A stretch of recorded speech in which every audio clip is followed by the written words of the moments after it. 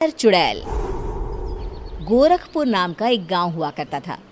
उस गांव में ज्यादा लोग नहीं रहते थे। उस गांव में एक गर्भवती विधवा औरत रहती थी। उस औरत का नाम कमला था। कमला अपने घर में अकेली रहती थी। उसके पति की सारी जायदाद उसके नाम हो गई थी, पर सभी गांव वाले उस औरत को मनहूस औरत समझा करते थे और सभी उससे नफरत किया करते थे। एक बार कमला राशन की दुकान पर खाने का सामान खरीदने जाती है। भैया जी, जरा 1 किलो दाल चावल देना। अरे हाय हाय हाय हाय हाय हाय! अरे मनहूस औरत, मेरी दुकान में अपशुगन करवाने आ गई क्या? हैं? चल जा यहाँ से।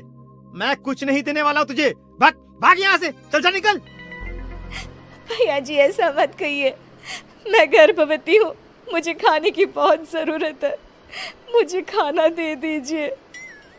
दुकानदार कमला को वहां से धक्के मारकर भगा देता है।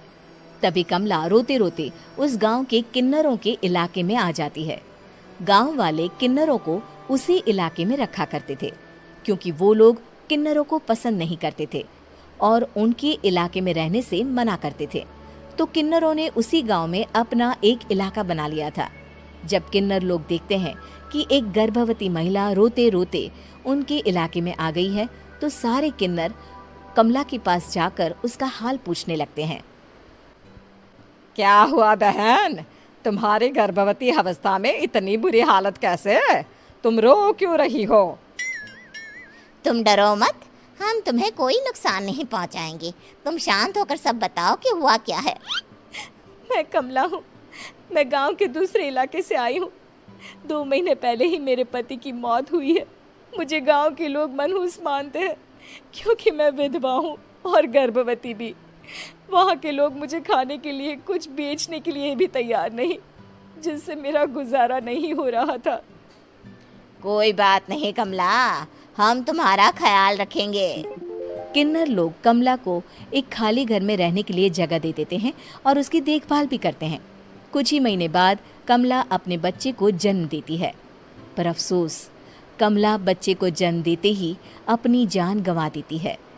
जब सब किन्नर बच्चे को देखते हैं तो बहुत खुश हो जाते हैं, क्योंकि वो बच्चा भी किन्नर ही था। कमला ने एक किन्नर बच्चे को जन्म दिया था। अब इस बच्चे की देखभाल कौन करेगा? हम तो इस बच्चे को गांव के दूसरे इलाके में भी नहीं भेज सकते। और तो क्या हुआ, इस बच्चे की माँ नहीं रही तो हम इसे पालेंगे। अब ये हमारे इलाके में रहेगा, हमारे साथ रहेगा। फिर वो किन्नर उस किन्नर बच्चे को गोद ले लेते हैं, उसका नामकरण कराते हैं। उस किन्नर बच्चे का नाम शक्ति रखा जाता है। देखते ही देखते शक्ति बड़ी होने लगती है। उसके रंग रूप बहुत सुंदर थे। वो बहुत सुंदर किन्नर दिखती है। एक दिन शक्ति एक किन्नर से पूछती है, माँ जी सुनिए ना, ये गांव के दूसरे इलाके में भी तो लोग रहते हैं, तो हम वहाँ क्यों नहीं जाते? हम उनसे अलग क्यों रहते हैं? शक्ति, क्योंकि वो लोग हमारे जैसे नहीं, वो लोग हमें पसंद नहीं करते, इसीलिए हम उनसे अलग रहते हैं। क्यों? वो हमें क्यों पसंद नहीं करते? मुझे एक बार उस इलाके में जाना है। मैं एक बार वहाँ जाकर घूम कर आऊं। शक्ति, खबरदार, जो तू उस इलाके में कभी भी गई तो अपनी जान नहीं गंवाना चाहती तो उस इलाके में कभी कदम भी नहीं रखेगी, समझी? इतना कहकर वो किन्नर वहां से चली जाती है। शक्ति उस किन्नर की बात सुनकर बहुत रोती है। माँ जी, ऐसा कैसे कह सकती हैं? उन्होंने इतनी सी बात के लिए मुझे इतना डांटा। अब तो मैं उस इलाके में जरूर जाऊंगी। फिर एक दिन शक्ति गांव के दूसरे इलाके में चुपके से जाती है। ये लोग तो हमारे जैसे ही इंसान हैं, तो ये हमसे नफरत क्यों करते हैं? जब शक्ति उस इलाके में पहुंचती है तो गांव के सारे आदमी उसके रूप से मोहित हो जाते हैं। वो लोग ये अंदाजा नहीं लगा पाते कि वो किन्नर है। शक्ति की सुंदरता देखकर सारे गांव वाले उसकी तारीफ करने लगते हैं। तभी गांव का चक्कर लगाने गांव के जमींदार का बेटा हर्ष वहां पहुंचता है। हर्ष भी दिखने में बहुत सुंदर होता है। जब हर्ष ने शक्ति को देखा तो वो भी उससे मोहित हो गया, और जब शक्ति की नजर हर्ष पर पड़ी तो वो हर्ष को देखकर मोहित हो गई। आपको पहले कभी इस गांव में देखा नहीं। इस गांव में आप नए हैं क्या? जी नहीं, वो मैं बस। तभी शक्ति बोलते बोलते रुक जाती है और मन में सोचने लगती है, अगर मैंने इनको बता दिया कि मैं दूसरे इलाके से आई हूँ, तो वो समझ जाएंगे कि मैं किन्नर हूँ, इसलिए मुझे इनसे झूठ ही बोलना पड़ेगा। शक्ति हर्ष को कहती है, जी हाँ, मैं इस गांव में नई आई हूँ, यहाँ अकेली रहती हूँ। वैसे आप कौन है? आप भी इसी गांव में रहते हैं? जी हाँ, मैं इस गांव के जमींदार का बेटा हूँ। आपको किसी भी चीज की जरूरत पड़े तो आप मुझे बता देना, मुझे अच्छा लगेगा। ऐसे ही शक्ति और हर्ष एक दूसरे से रोज मिलने लगते। वो दोनों अपने प्यार का इजहार करने एक दूसरे से मिलने जाते हैं। तभी शक्ति का पीछा करते करते एक किन्नर वहां आ जाती है। शक्ति, शक्ति, मैं तुमसे बहुत प्यार करता हूँ। मैं तुमसे शादी करना चाहता हूँ। क्या तुम मुझसे शादी करोगी?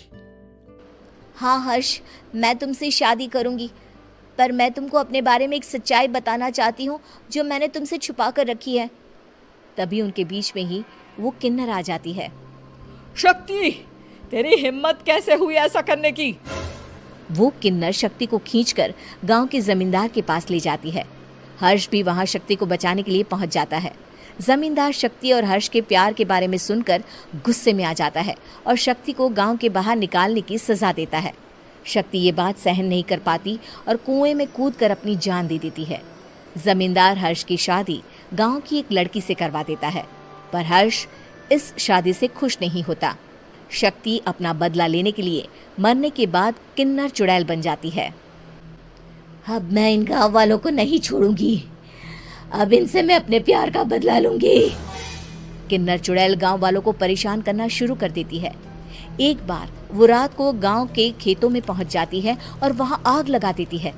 सारी फसल जल के राख हो जाती है। जब एक आदमी रात को उठकर देखता है कि खेत में आग लग गई है तो वो वहां पहुंच जाता है। वो देखता है कि खेतों के बीचों बीच एक किन्नर चुड़ैल खड़ी है और वहां खड़े होकर ताली बजा रही है। गांव वाला किन्नर चुड़ैल को देखकर बेहोश हो जाता है।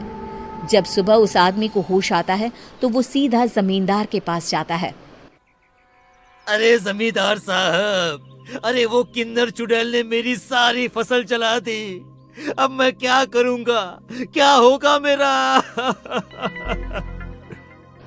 जमींदार चुड़ैल किन्नर का नाम सुनते ही सब कुछ समझ जाता है। अब वो बहुत डर जाता है।